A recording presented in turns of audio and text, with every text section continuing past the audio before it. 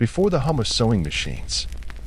Before zippers, buttons, fashion weeks, and closets filled with options. There was the thread, wound by hand, spun from plant and fleece, dyed with leaves, bark, and clay, stitched slowly into garments that carried warmth, protection, and meaning. This is not a story of king's silks or queen's gowns. It is the story of linen shifts worn beneath wool, the soft hems mended at the hearth, the tunics passed from mother to daughter, father to son. It is a story told in fibers, woven through centuries, tied with knots and fastened with wooden pins. From the dressing rooms of ancient homes to the folding of night clothes in a candlelit room, we will follow the quiet rhythm of getting dressed and undressed. Across history, this is a history not of spectacle, but of touch, of utility, of slow, everyday beauty. So settle in, and let us journey gently, thread by thread. So before you get comfortable, take a moment to subscribe and like the video, but only if you enjoy what I do here. And write in the comments from where you are and what time it is. Now turn off the lights and fan for the soft background hum. And let's get into the night journey together. As we draw our thread to a close, the garments of the past still rustle in memory. A woolen cloak laid across weary shoulders, a child swaddled in hand-washed linen, a widow folding a worn tunic with quiet care. These clothes were more than what people wore. They were part of the rhythm of life. Spun, dyed, cut, sewn, repaired, each piece shaped by time and hands long gone. There is comfort in the slowness of that world, a softness, a closeness to the earth, a sense of presence in the smallest of stitches. Though we no longer gather flax at the riverbank, or boil dye in copper pots, the echo remains. In the feeling of cotton against skin, in the steady motion of sewing, in the fold of fabric as night begins. Thank you for joining me on this gentle path through the history of clothing. May your own garments tonight be soft, your rest warm, and your dreams woven with peace.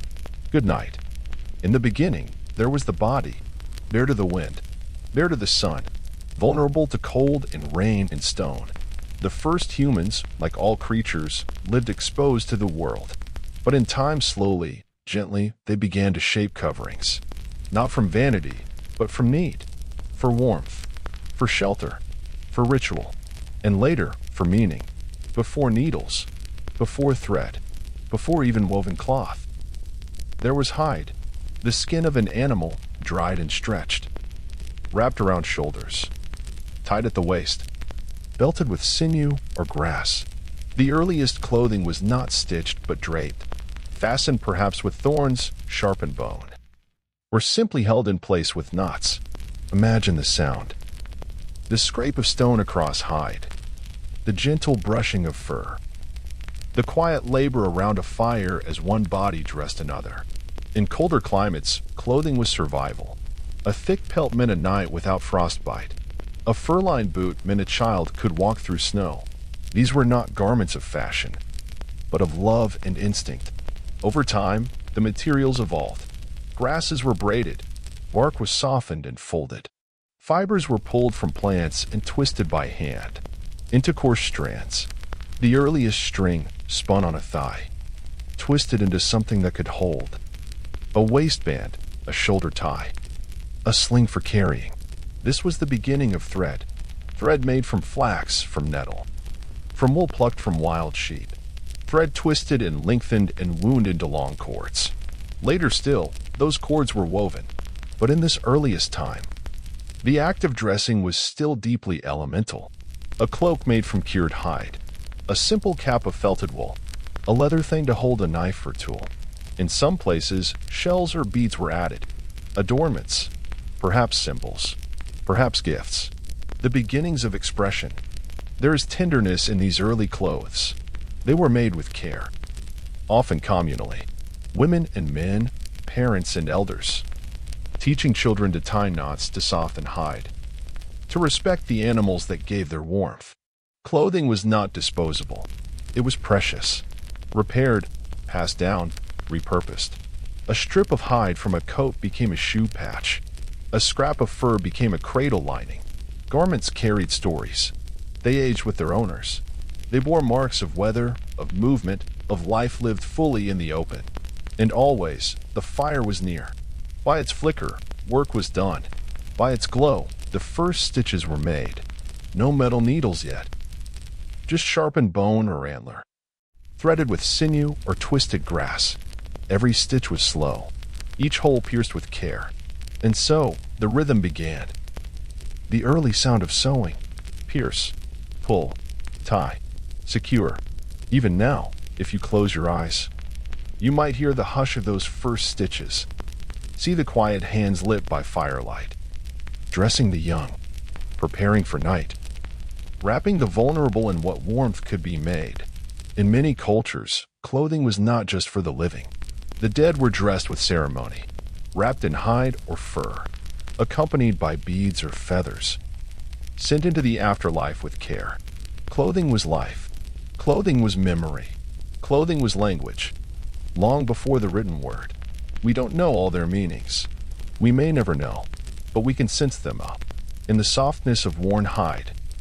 In the careful tie of a sash. In the way two hands meet to fasten something not just useful, but human. The first threads were not merely cords. They were connections. To the earth. To others. To something greater than survival. They were the beginning of covering not just the body, but the soul. And from these early forms, a quiet lineage began.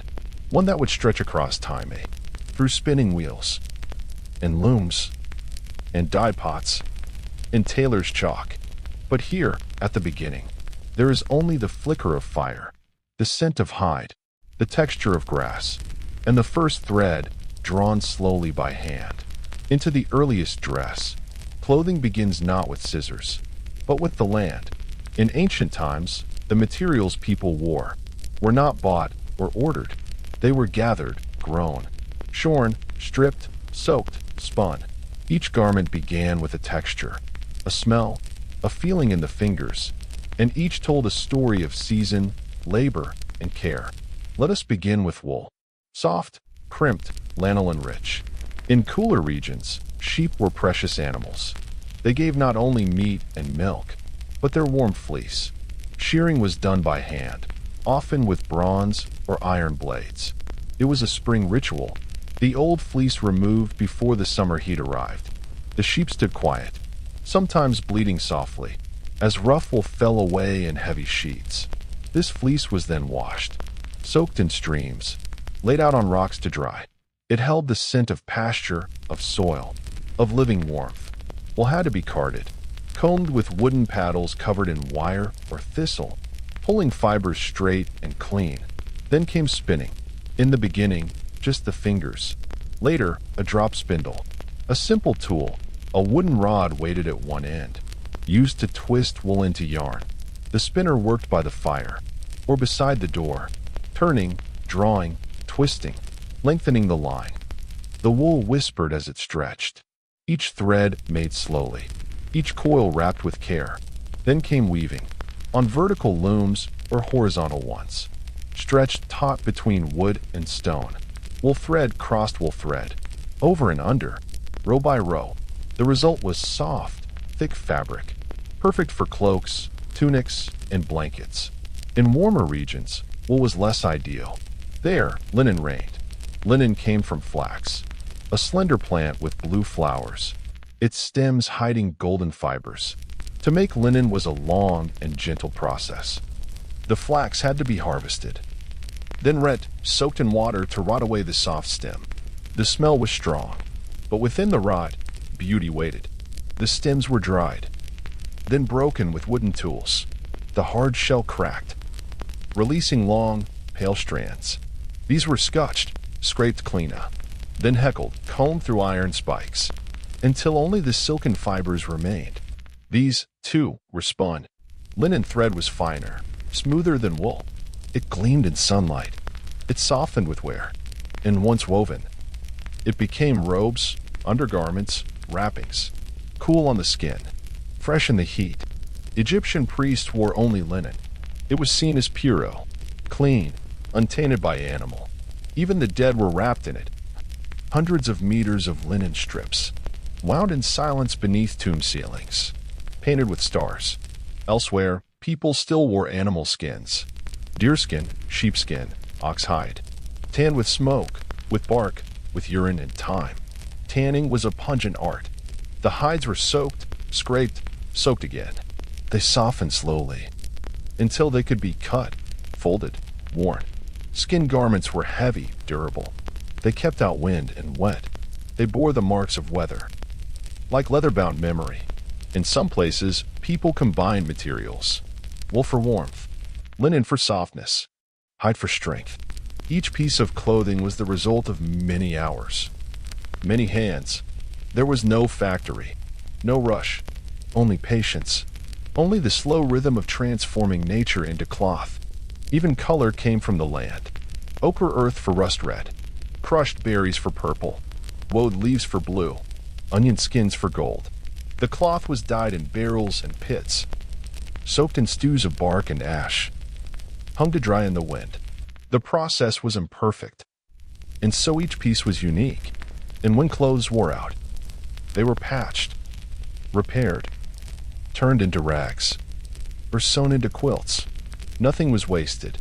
These ancient materials taught a deep kind of respect for the plant pulled from soil, for the fleece sheared from a living creature, for the time it took to turn fiber into thread. To wear a tunic was to wear the labor of weeks.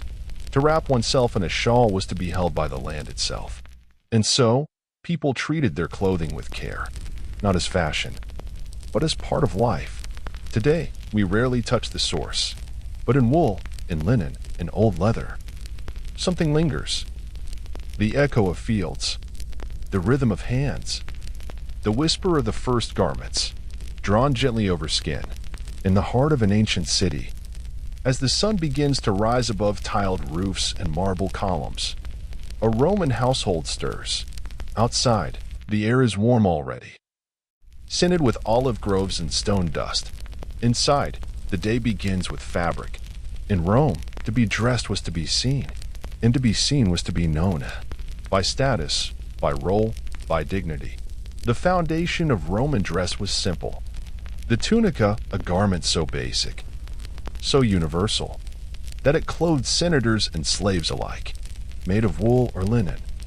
The tunic was a rectangular piece of cloth, folded and stitched, with a hole for the head, and openings for the arms. Some were belted at the waist, others hung loose and long.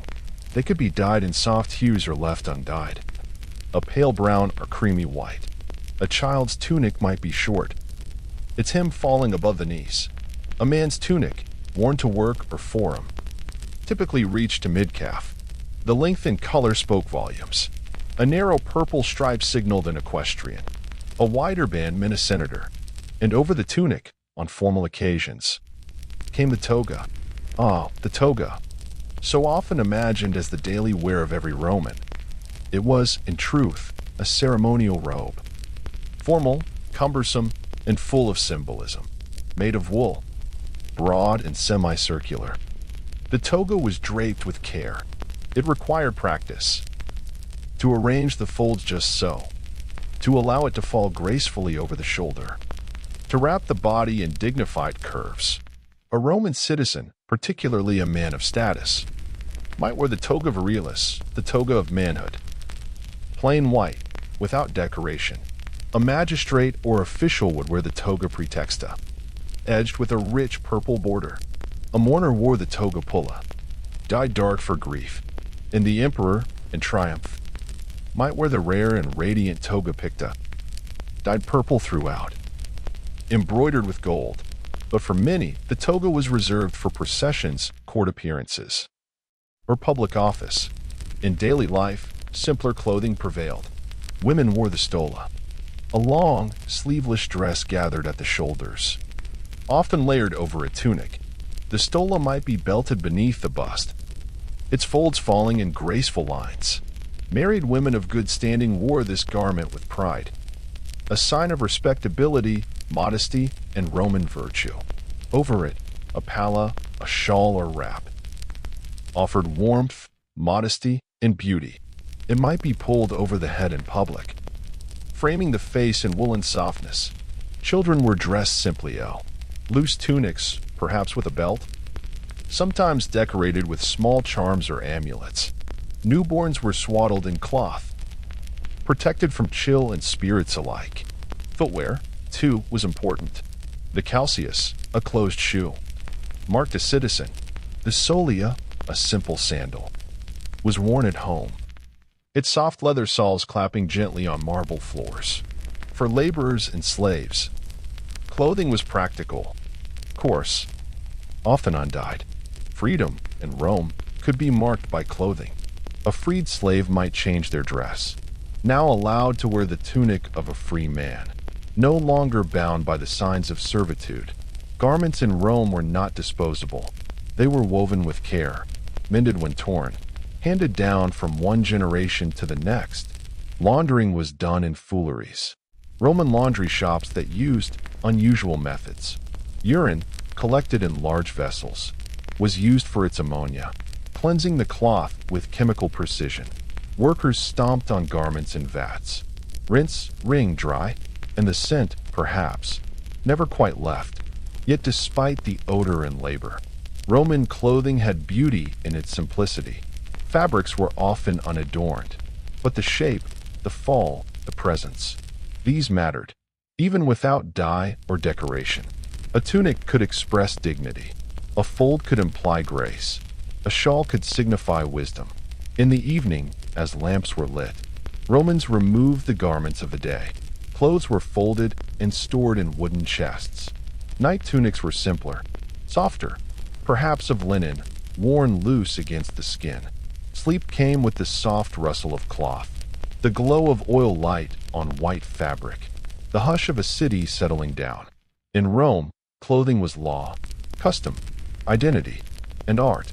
But it was also just cloth, just thread, just something drawn over the body each morning, tied, folded, and worn, through the hours of work, ritual, family, and rest.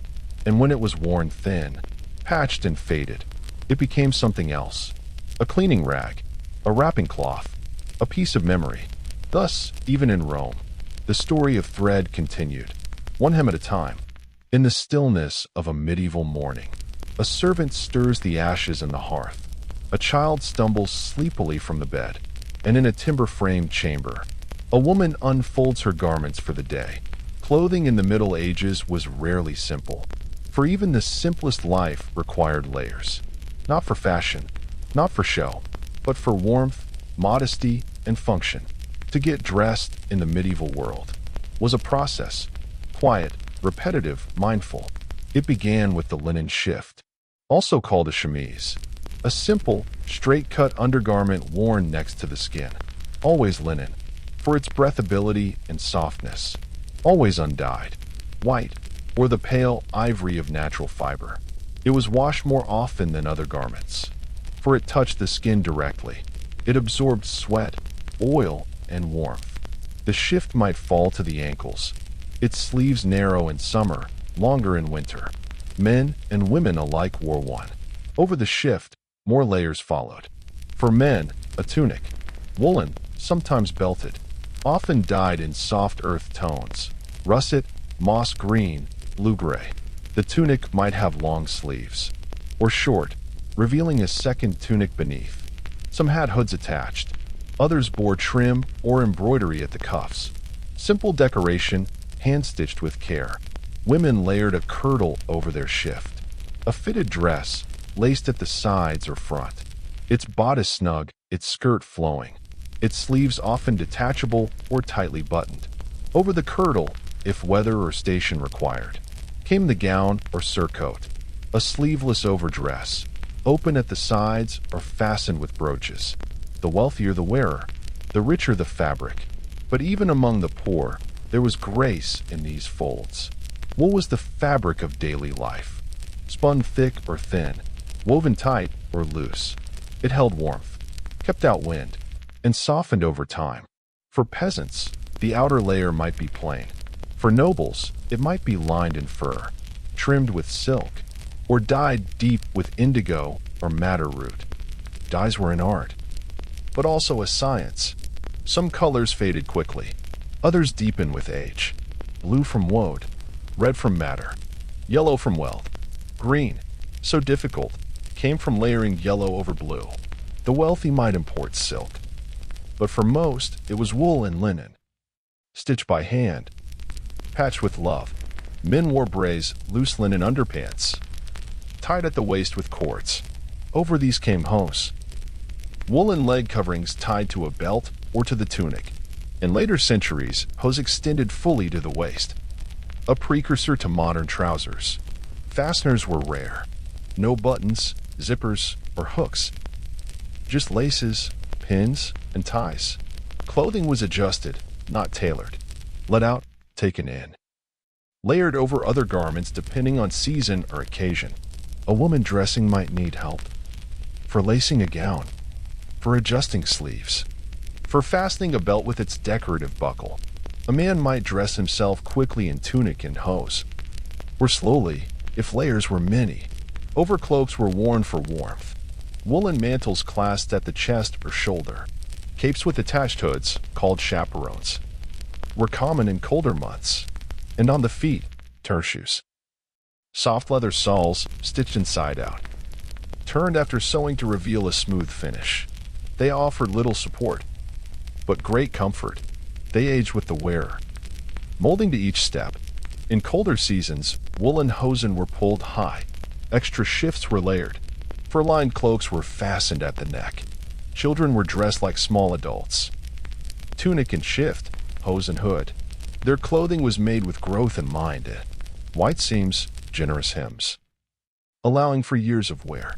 The wealthy marked their children's garments with embroidery, pendants, or dyed sashes. The poor relied on second-hand cloth. But even so, care was taken.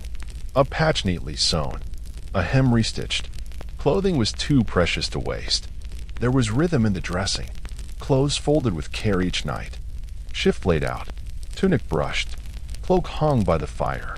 Dressing was not rushed. It was a quiet part of the morning, like the lighting of a candle or the baking of bread. And in the evening, garments were slowly removed, laid aside, aired out, sometimes repaired by firelight. Needles moved quietly in calloused hands. Thread passed through linen and wool. Buttons of bone were carved. Laces twisted anew. Clothing lived long lives. A gown became a tunic. A tunic became a child's shift. Scraps became patches or kitchen cloths. Nothing was thrown away. Everything had another use. And so, in the layering of wool and linen, in the fastening of laces, in the quiet rhythm of cloth against skin, the people of the Middle Ages met their world, wrapped in the work of their own hands. The world was cold, often hard, but beneath the fabric, there was warmth, and beneath the layers, a body at peace in its home. In a quiet clearing near the edge of a village, a woman gathers plants, leaves, bark, flowers, each chosen with care. She knows their colors, even though they are hidden. They do not show themselves on the branch, but bloom in water and cloth, before chemical dyes, before synthetic shades and bottled pigments. There was only the earth, and from it, people coaxed color, color that did not shout, but breathed, color that faded softly with time, that were like memory. To make a garment red, one needed matter, a humble root, its color hidden beneath dry soil. The roots were dug, dried, crushed, and soaked. The result was a rich red, sometimes pale, sometimes rust-deep, depending on the soil, the weather, the water. Matter was common, but powerful. It bled easily. It stained pots, hands, wooden bowls. It soaked into linen with the slowness of dusk. For yellow, dyers turned to weld, a tall, weedy plant with tiny yellow flowers. Its brightness was surprising, though unremarkable in the field. Its dye glowed in cloth. Sunlight trapped in thread. Onion skins, too, gave a warm amber tone. Saffron, precious and rare, produced brilliant gold. From walnut husks, dark brown. From birch leaves, a pale green. And blue. Blue is special. True, deep blue came from woad, a plant grown and harvested in northern Europe, its color hidden in its leaves. To extract the blue, leaves were chopped and soaked, fermented in vats with stale urine or lye. The smell was potent, but the transformation was worth it, as fabric was dipped into the dark liquid. It emerged yellow-green. Then, as the air touched it, the fabric changed. From green to blue to deeper blue still. It was as if the cloth was breathing, as if it were blooming in slow motion. This magic of oxidation was one of the oldest chemical reactions used by humans, and dyers guarded their techniques carefully. In southern regions, indigo came from related plants, yielding a deeper, richer blue. For purple, a color once reserved for emperors. The method was stranger still.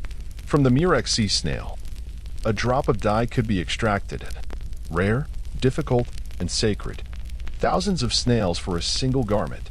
Its use marked royalty, status, divinity. But most people never touched purple. Instead, they worked with what they had, what the land offered. And in this humble palette, there was grace, soft blue of woad, creamy white of undyed linen, warm browns of bark and nut, red of madder, gold of weld, greens made from overdyed yellows and blues. The process of dyeing was long and slow. First, the cloth or yarn had to be modern day, soaked in a fixative, such as alum, iron, or urine, to help the fibers hold the color. Then, the dye bath was prepared. Plants boiled, soaked, strained. The pot was stirred by hand. Steam rose. Color deepened. The smell of leaf and root filled the room. Cloth was lowered gently into the vat. No splashing. No haste. The dyer watched, waited, tested. Too long, and the color might muddy. Too short, and it would fade. Some garments were dipped many times, each dip adding depth, richness. Others were left to dry in the open air, the wind and sun setting the tone. And when the cloth was dry, it was not yet finished. It had to be rinsed, stretched, beaten softly to restore its feel. It might be brushed with teasels, pressed with smooth stones, hung over lavender or rosemary to mask the scent of mordants. The end result was more than color. It was presence. It was mood. A tunic dyed with weld glowed gently in lamplight. A shawl of woad blue seemed to quiet the air around it. Even the faded edge of an old apron held beauty, its threads bleached by time, its color softened like an old memory. In monasteries, dyes were prepared in silence. The work was prayerful, the process slow. Monks recorded recipes and manuscripts, testing combinations of plant and metal, cloth and heat. Among noble households, dyeing was more elaborate, but among common folk, it remained a home craft. A pot by the hearth, a bowl of mordant, a handful of flowers. Children watched, mothers taught. Colors passed from one generation to the next. And always, the earth gave. The earth gave red and gold and brown and blue, hidden in root and seed, released in boiling water, and held fast by cloth. To wear dyed clothing in the past was to wear the land, to carry the season, to display quietly. The work of many hands. It was not flashy, not quick, but it was alive. Each shade a whisper of place and time, each hue a quiet echo of the fields, the forests, the sea, and even now, when we see a deep rust red, a soft leaf green, a faded sky blue, we may feel that memory stir, a sense of having worn the world, thread by thread, color by color, woven into life, in the soft light of dawn. Before the cock has crowed, a man draws a simple tunic over his head. The fabric is coarse, but warm. Its shape familiar, comforting. Like bread baked from the same hearth each week. This is no nobleman's robe, no embroidered gown. It is a peasant's tunic, plain, practical, stitched with care, worn with purpose. Across the villages and fields of medieval Europe, this was the garment of the many. The tunic, or coat, as it was sometimes called, was the second skin of the medieval working class. Men, women, and children alike wore versions of it, cut from wool, occasionally from homespun linen. Its shape varied little from place to place, century to century. Two broad pieces of cloth, front and back, sewn together at the shoulders and sides. A hole for the head. Openings for the arms. Sometimes gussets under the sleeves or at the sides, to allow more freedom of movement. The sleeves could be narrow or loose, depending on the task at hand. The skirt of the tunic, if one could call it a skirt, often reached the knees or midshin, shorter for laborers in the field, longer for colder months or ceremonial use. Beneath the tunic, a simple shift or under tunic kept the wool from itching the skin. That underlayer, made of linen when available, absorbed sweat, keeping the outer garment clean for longer. Wool was the peasant's fabric. It was spun and woven in homes, dyed, when possible, with earthy hues, soft brown from walnut, gray from undyed fleece, faded greens and yellows from local herbs. These colors weren't bold. They didn't shine like silks or satins, but they blended with the land. With stone walls, thatched roofs, soiled arc paths, the tunic was made not to impress, but to endure. It needed to bend with the spine, as one hoed the field, stretch across the shoulders, as one chopped wood, resist the tear of brambles and the bite of wind. Some were patched at the elbow, where wear came quickly. Others bore marks of mending along the hem. Needlework, often done by women of the household, was not always delicate, but it was lasting. A tunic was precious, not because it was rare or ornate, but because it was owned. Many peasants had only one or two, one for daily labor, another perhaps for church, feast days, or seasonal festivals. It was cleaned sparingly. Wool, after all, does not take kindly to soap and scrubbing, airing it out, brushing the dirt away, laying it in sunlight. These were the rituals of keeping it fresh. Some tunics bore slits at the sides, allowing easier movement. Others had small inside pockets sewn near the hip, for keeping string, coins, or a small blade. A belt, usually a strip of leather or twisted cloth, was tied at the waist. It served many purposes: to adjust the fit, to hold a pouch, to hang a small knife or pouch of salt. Sometimes, a woolen hood or shoulder cape was worn over the tunic in colder weather. The cowl protected the neck and head from wind and rain. In harsh winters, a second tunic might be layered over the first, looser, heavier. Its sleeves rolled back for work. The peasant's tunic was not stiff or heavy. With time, it softened, conformed to its wearer's body. The fabric held the memory of labor, creases from bending, worn spots at the hips from sitting on stone. On feast days or market days, a cleaner tunic might be brought out, less worn, perhaps trimmed at the hem with a colored thread. A gift from a family member, a stitch of pride. But even on special occasions, the garment was modest. No ornate buttons, no gold braid, no embroidery except, perhaps, a small cross or symbol, stitched by hand along the inside neckline. It was a reminder. This is who you are, rooted to the land, part of the soil. For women, the tunic might be longer, belted higher, paired with an apron. The sleeves were rolled when baking, dusted with flour or ash, pinned to stay clear of cooking pots and spinning wheels. At night, the tunic was hung by the hearth, or laid carefully at the edge of the bed. In colder homes, it might be worn even while sleeping, an added barrier against drafts. And when the tunic grew too thin, too frayed to patch, it was not thrown away. Its fabric might be cut into squares for rags, used to line shoes, folded into padding for a cradle or a poultice for wounds. Even as threadbare fragments, its life continued. It had been part of the body. It had warmed, shielded, borne the weight of weather and work. And in that, it became almost sacred. In museums today, we see few surviving tunics of the peasantry. Their cloth was too worn to last centuries. Their fibers have returned to the earth. But in paintings, manuscripts, and words, we see them still in those simple garments, unassuming and enduring. The peasant's tunic was never meant to dazzle, but it wrapped its wearer in quiet dignity. And in that, It has its own kind of beauty, in the soft glow of morning light.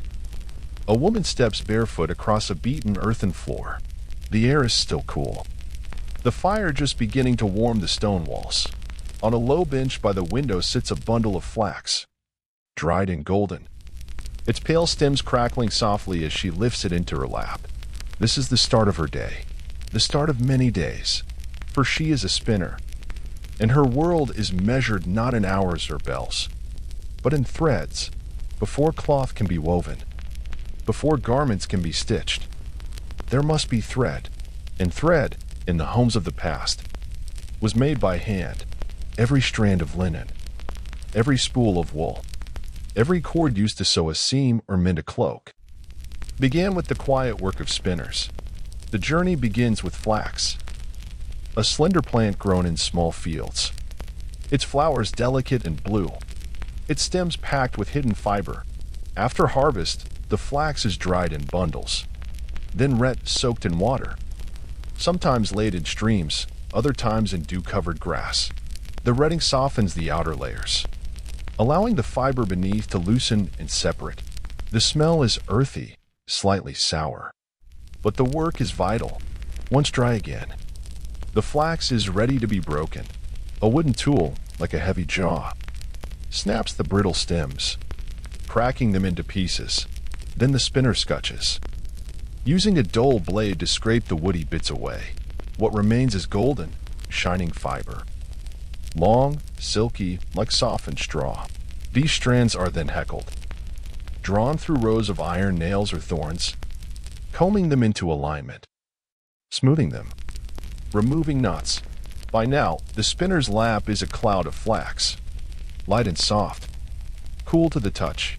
She gathers the fibers gently, twists them into a small bundle, and attaches them to a distaff, a wooden rod, held under the arm or tucked into the belt, from which fibers can be drawn steadily.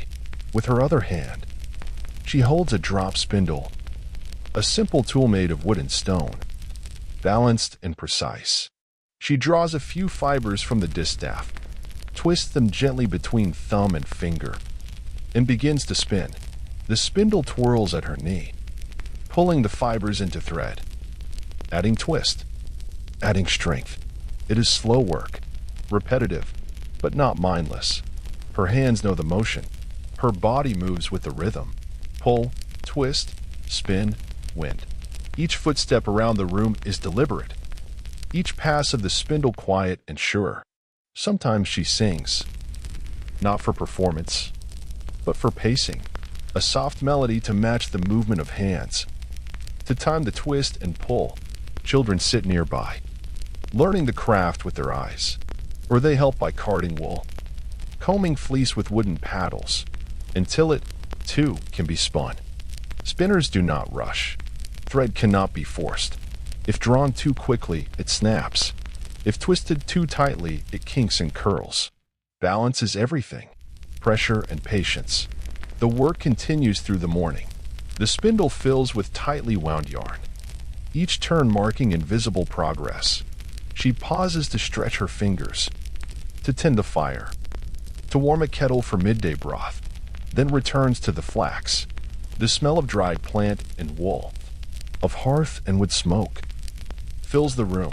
In some households, spinning wheels begin to appear, but for many, especially the rural poor, the spindle remains the tool of choice. Portable, simple, timeless. Some women spin as they walk, moving from house to well, from pasture to market, the distaff at the side, the spindle dancing near the knee. Every moment becomes useful. Every step adds length to the thread. There are no factories here, no machines, just the steady quiet of skill, handed down through generations. When a spindle is full, the yarn is wound off carefully into skeins or balls, ready to be dyed, woven, knitted, knotted. The fiber itself changes with touch. Rough flax becomes supple, loose will gain structure. Everything is made by hand, and in this rhythm, there is peace. Spinning is not simply labor, it is life-keeping. Without thread, there is no cloth. Without cloth, no warmth. No dress, no tunic, no swaddling blanket or burial shroud. Thread weaves through every part of existence. The spinner, in her humble task, holds that connection. Her hands move, and something useful appears. Line from plant, order from chaos. Evenings come slowly. The spindle is set aside. The hearth burns low. The room darkens. In the corner, a basket of flax remains, waiting for tomorrow. In the hush of a shadowed chamber, or beneath the open sky, the body lies still, clothed, not for daily life, but for the journey beyond. Throughout history, people have dressed their dead with care, folding fabric around flesh, wrapping memories in thread. Clothing the dead was an act of love, a final gift, a bridge between worlds. It was both practical and sacred. In some ancient cultures, the dead were wrapped in linen, fine, soft, layered in endless strips. The Egyptians are perhaps the most famous for this. Their intricate burial wrappings, creating the image of the mummy, a body transformed by cloth. Linen, prized for its purity, was believed to protect the soul. Each layer was carefully wrapped, each fold deliberate. Amulets and charms were placed between layers, symbols of protection and guidance. The process was slow, prayerful. In other traditions, the dead wore their best garments, a family's finest wool, a cloak once worn at festivals, a tunic dyed rich purple or deep blue. Colors held meaning: white for purity, black for mourning, red for sacrifice or renewal. In medieval Europe, the body was often washed and anointed, then dressed in a simple shroud, a length of plain linen, sometimes sewn with small crosses. For the wealthy, more elaborate burial clothes were chosen, silks and velvets lined with fur, sometimes with gold thread. The clothing symbolized status, but also the hope of resurrection. Even those who could not afford fine cloth were wrapped in homespun linen, sometimes doubled or quilted for warmth. This simple fabric was a symbol of humility and of peace. Across Asia, burial customs varied, but clothing remained important. In Japan, for instance, the dead might be dressed in white kimono, symbols of purity and transition. The fabric whispered of calm and detachment.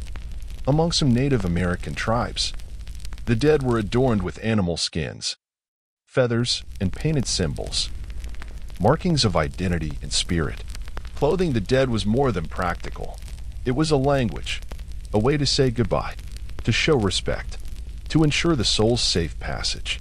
The garments chosen carried stories of life lived, of relationships, of hope beyond.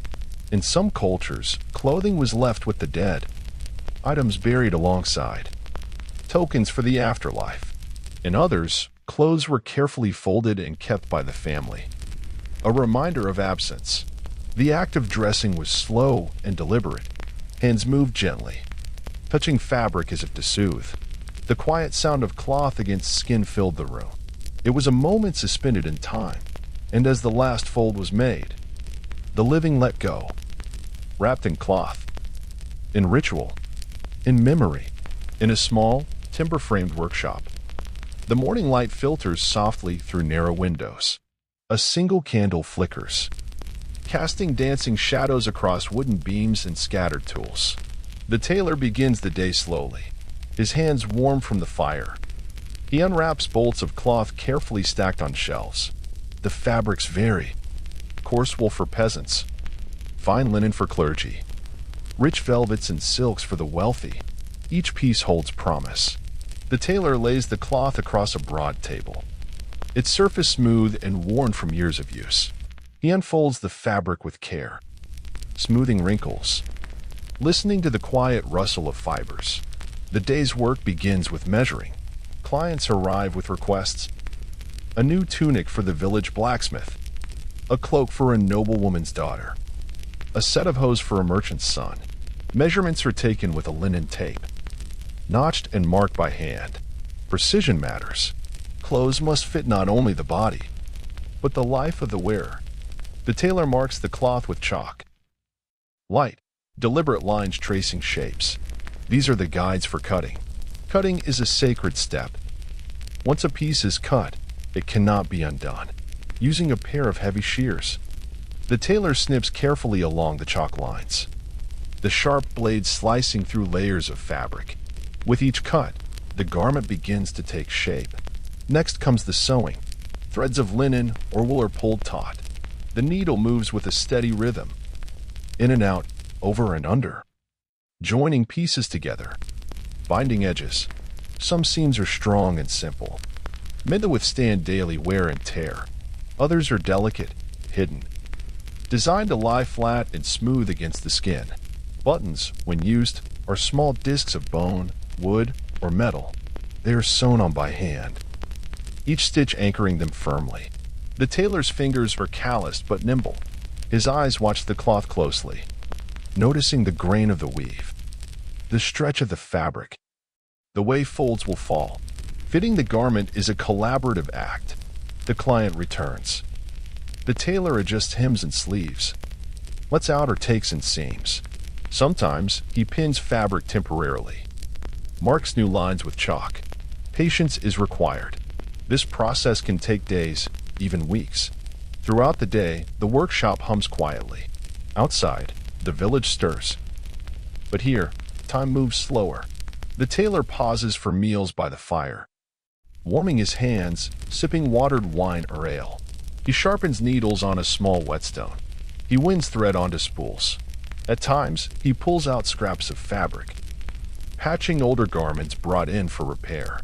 Mending is part of the craft, ensuring that clothes last longer, that every piece has a continued life.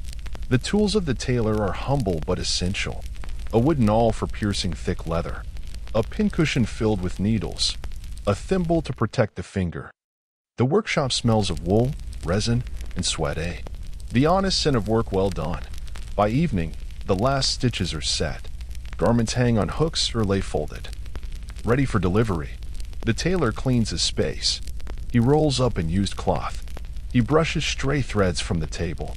Before the fire dies down, he sits quietly, hands resting, eyes closing, in the slow, steady rhythm of his craft.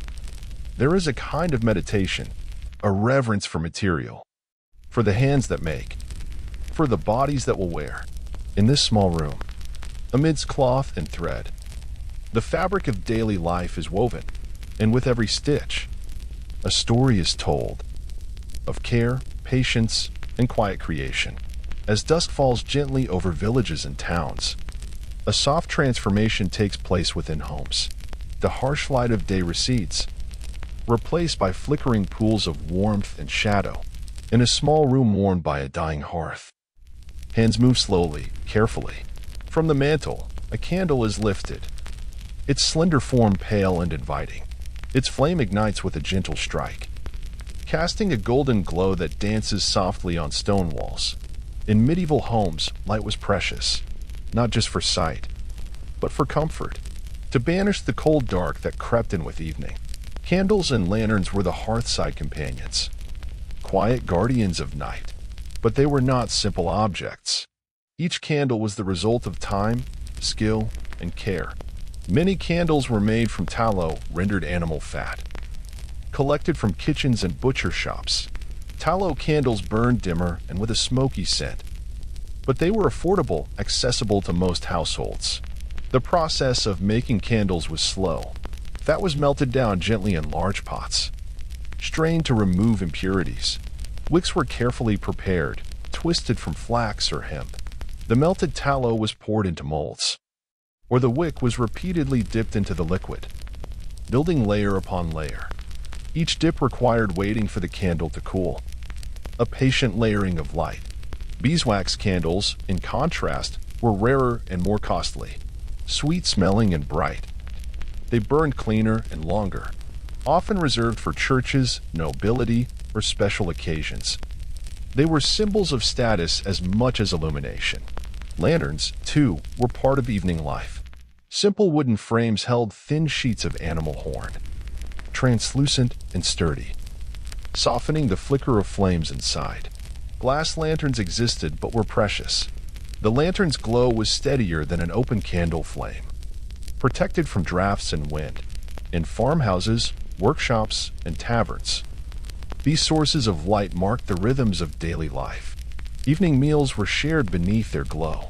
Families gathered near the fire, stories spoken softly, hands busy with spinning, sewing, or carving. The candle's light shaped the space, creating quiet corners, deep shadows, places for thought and rest. Light was measured in inches and heartbeats. Too few candles, and the darkness would claim the room. Too many, and the smoke and heat would become stifling. People learned to live with the rhythm of flame. The flickering shadows moved slowly, shifting as the candle burned down, as the oil lantern sputtered. Watching the flame was a form of meditation, a way to slow the mind at day's end. The act of lighting a candle was itself a ritual. The striking of flint or the slow drag of a matchstick sparked life. A silent prayer might be whispered, a moment of gratitude. In monasteries, candle making was a solemn craft. Monks tended their beeswax hives, harvested wax with care, and made candles for prayers and ceremonies. The quiet, warm glow of their candles marked the hours of devotion. In village homes, children learned to respect the flame, careful not to tip the candle, to shield the wick from drafts, to place it safely away from curtains or hay. Candles were stored carefully, sometimes wrapped in cloth to preserve them. On longer nights, multiple candles might be lit, spreading soft pools of light. And as the fire in the hearth burned low, the household slipped into rest. The candle's flame flickered softly, casting gentle light on faces turned toward sleep. In the silence of night, light was a comfort, a quiet friend, and as dawn approached, the flame would finally gutter and die, waiting for hands to kindle it anew. The kitchen of a medieval home was a heart beating quietly beneath the roof. In the early morning, before the sun crested the hills, the fire was stirred to life. A woman crouched near the hearth, adding dry twigs and larger logs. Smoke curled gently upward through the thatched roof. The kitchen was not large. A single room, often part of the great hall, with a stone or clay hearth at its center. Here, meals were prepared, and the rhythms of life were marked. Tools hung from hooks and wooden pegs, pots of cast iron and clay, wooden spoons worn smooth from years of stirring, a mortar and pestle resting on the stone counter. Earthenware jugs held water. Bowls of grain and salt stood ready. The kitchen was a place of transformation, where raw ingredients met fire and flame, slowly becoming sustenance. Grains were ground by hand or with a millstone, turning wheat into coarse flour. Vegetables from the garden, onions, leeks, cabbage, were chopped with knives sharpened by hand. Meat, when available, was carefully butchered, preserved by smoking or salting. Fish might be dried on racks outside, or caught fresh in nearby streams. The day's cooking began with simple tasks. Bread dough was mixed in a wooden trough, left to rise near the fire. Porridge bubbled in heavy pots, its thick steam filling the room. Spices were sparse and precious, but herbs were plentiful. Sage, thyme, rosemary hanging from rafters, drying slowly. The smell of wood smoke mingled with herbs and earth. Women moved with practiced ease, stirring pots, turning spits, tending the coals. Each movement was deliberate, part of a ritual as old as home itself. Meals were simple, hearty, designed to nourish bodies accustomed to hard labor. Stews of beans and vegetables, dark rye bread, thick ale or watered wine. Children watched eagerly, waiting for their portion. The kitchen was also a place of learning. Girls were taught early to prepare meals, to tend the fire, to recognize edible plants.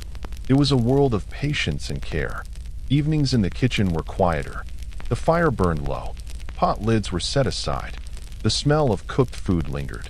Tables were cleared, and dishes were washed in basins of water, scrubbed with ash and sand. Knives and spoons were put away. Hearth embers were banked for the night. The kitchen was cleaned and prepared, ready to begin again with dawn. In this humble space, the slow rhythm of daily life was sustained, and within it, the hands of many generations had moved, feeding, caring, living.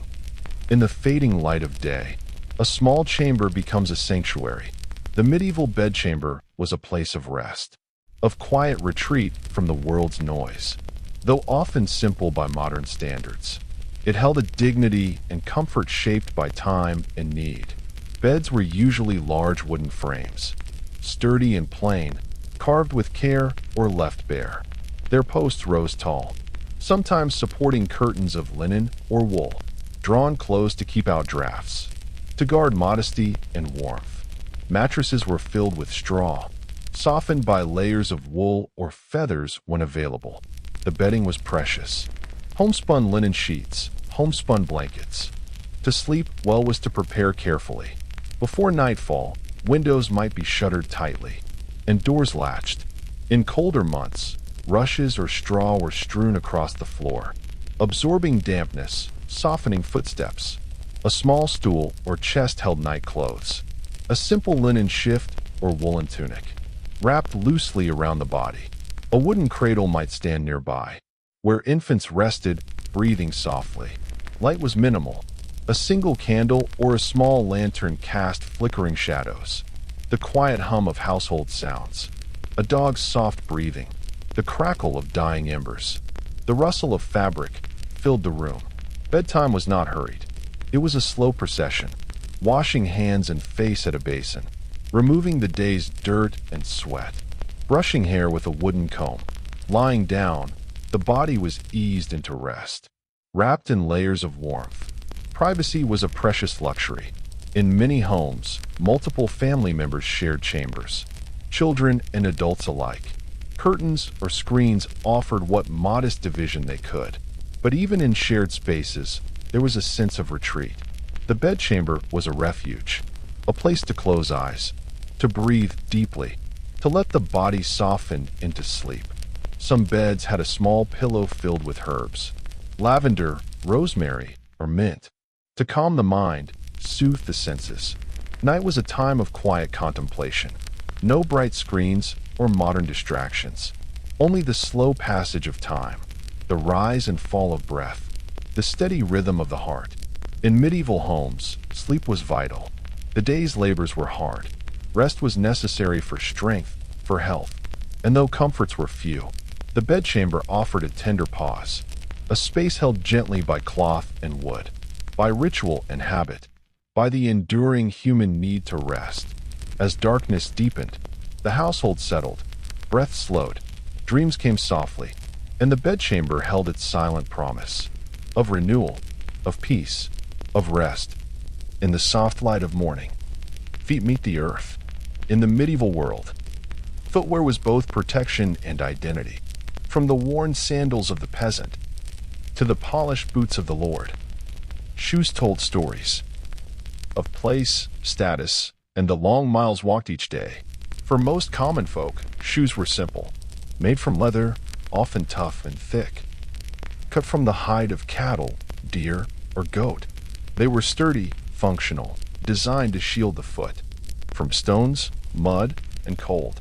The basic shoe might be a slip-on style, soft and flexible, lacking a heel, with a sole stitched directly to the upper. In warmer climates, sandals made from woven reeds or leather strips were common. They allowed air to flow, keeping feet cool in summer heat. In colder regions, boots were higher and lined with wool or fur, offering warmth and protection from snow and rain. Shoemaking was a skilled craft. The cobbler's workshop was filled with tools, wooden lasts shaped like feet, knives, awls, and needles strong enough for thick leather. Shoes were cut carefully to fit.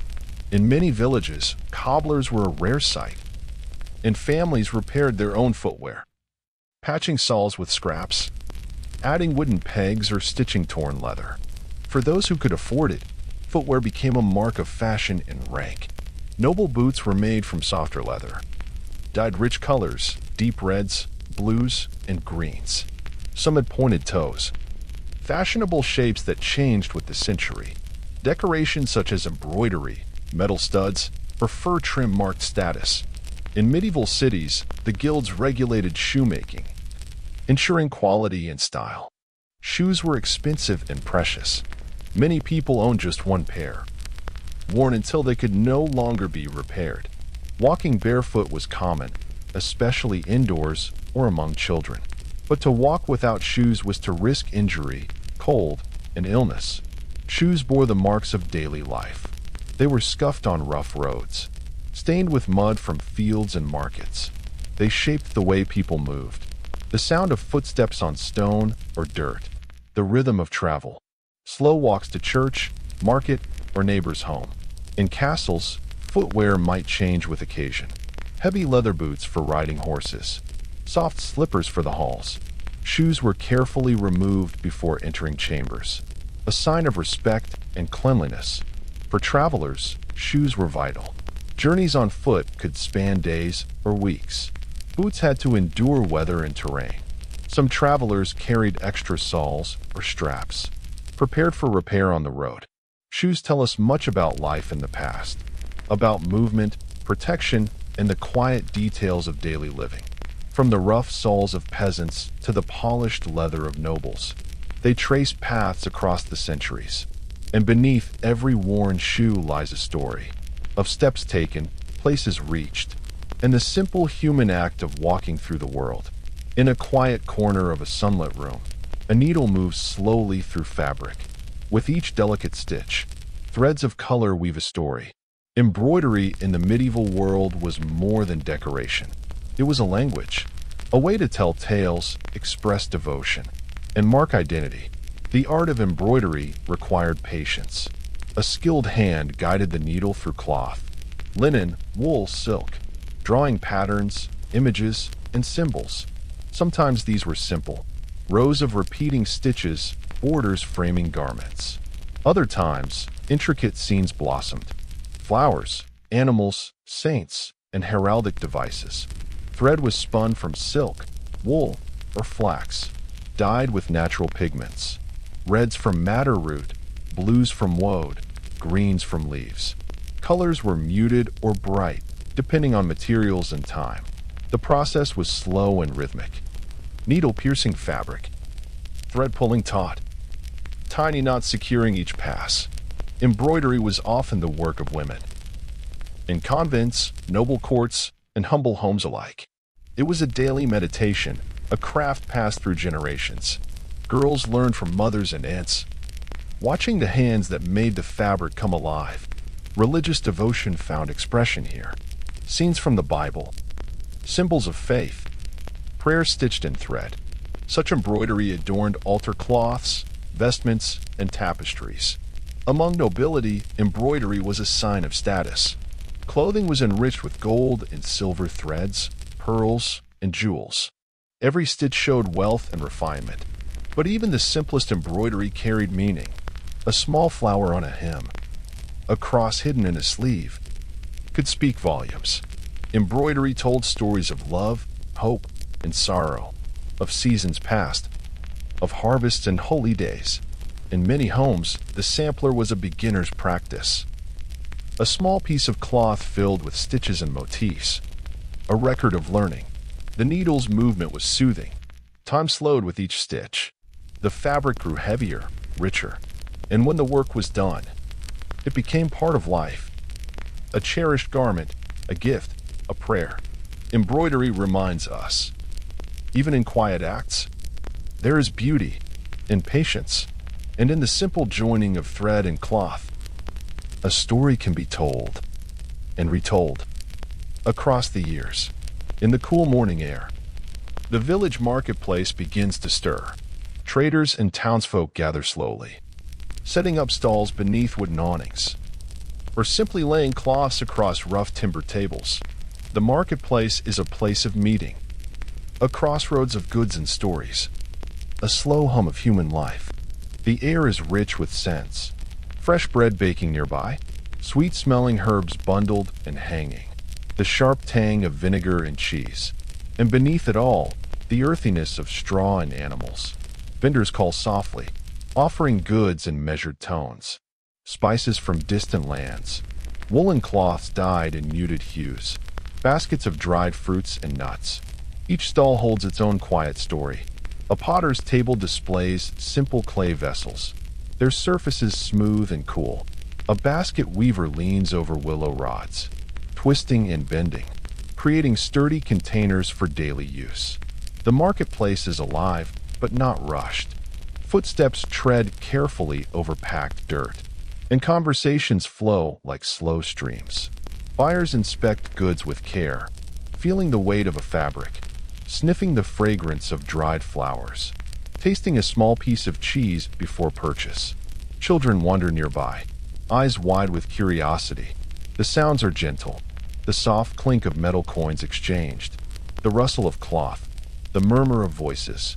Occasionally, a horse or cart passes by, its wheels creaking softly on wooden planks. In this shared space, life unfolds. Neighbors greet one another. News is exchanged. Plans made for harvest or festival. The marketplace is more than trade. It is community, the rhythm of slow commerce, woven with the threads of everyday life. As the sun climbs higher, the light filters through dust motes, casting a warm glow. Vendors begin to pack away their wares. The market quiets, but in the echoes of footsteps and soft voices, the heart of the village beats on. Steady, calm, enduring. Just beyond the walls of the village or cloister, the medieval garden unfolds. A patchwork of green and earth, a place both practical and serene. Gardens were not merely for beauty. They were lifelines, sources of food, medicine, and comfort. In the early morning, dew clings softly to leaves and petals. Herbs, sage, thyme, rosemary, and mint, grow in neat beds, their scents mingling in the cool air. These plants were treasured, carefully tended. They healed wounds, eased fevers, and flavored simple meals. Vegetables flourish nearby: leeks, onions, cabbage, and beans, each plant cultivated with quiet care. Fruit trees stand tall, their branches heavy with apples, pears, or plums. Paths of packed earth wind gently through the garden, leading to patches of flowers: marigolds, violets, and lavender. Some blooms were used in ceremonies, others to brighten the home. Gardening was a daily ritual. Hands moved slowly through soil, turning earth, pulling weeds, watering roots with buckets drawn from wells. The work was steady, rhythmic. It connected people to the land, to the passing seasons. The garden changed with the year. Spring brought new shoots and hope. Summer offered abundance and warmth. Autumn was a time of harvest, of gathering and preserving. Winter slowed growth, but the garden's quiet presence endured. Medicinal plants were especially important. Monks and healers gathered herbs, drying them carefully for winter use. Simple remedies were crafted: teas to calm the mind, salves to soothe pain. The garden was a living pharmacy, its quiet bounty a gift. Even in the smallest plot, life flourished. The smell of damp earth, the soft rustle of leaves, the gentle buzz of bees, all blended into a soothing symphony. Gardens offered peace, a place to breathe, to observe the slow miracles of growth. In tending the soil, people found a measure of calm, a connection to the rhythms of nature. And in this quiet space, amid plants for food, medicine, and beauty, life was nurtured, body and soul, in the soft light of morning. The village awakens with gentle sounds. Among the winding lanes and fields, children begin their day. Their world is one of discovery, of slow steps toward understanding. Childhood in medieval times was both simple and full. Games were an important part of daily life, not hurried or noisy, but quiet moments of joy and learning. Children played with homemade toys, wooden dolls carved from scraps, small balls of woven cloth, and hoops rolled along dusty roads. Tag and hide-and-seek brought laughter across fields and village greens. Simple games of skill, throwing stones, spinning tops, taught patience and coordination. Learning happened both formally and informally. In the home, girls learned from their mothers: spinning, sewing, cooking, tending animals. Boys often helped fathers with farm work or crafts. For some, especially boys of wealthier families, schooling was available. Monastic schools or tutors taught reading, writing, and Latin. These lessons were slow and methodical. The flicker of candlelight illuminated parchment and quills. As young hands carefully copied letters, the church played a central role in childhood. Children were baptized in sacred rituals, their names spoken softly in the holy space. Religious festivals marked the year, offering breaks from work, time for play, and community. Discipline was part of growing up. Mistakes were met with correction, but also guidance. Children learned the rhythms of life through repetition. The steady turning of seasons. The cycles of work and rest. Food was simple and nourishing. Porridge, bread, stews. Shared at the family table. Rest was essential. Children slept in shared beds or cradles, protected by soft linens and prayers. The village was their world, a place of safety and slow growth. In the quiet moments, watching clouds drift or birds take flight, children learned patience. They listened to stories told by elders, absorbed lessons in kindness, and began to understand their place. Medieval childhood was not rushed. It was a gentle unfolding, a measured journey toward adulthood. And in the laughter, the quiet games, and the slow learning, there was a deep and enduring beauty. As the seasons turn, villages and towns prepare for times of gathering.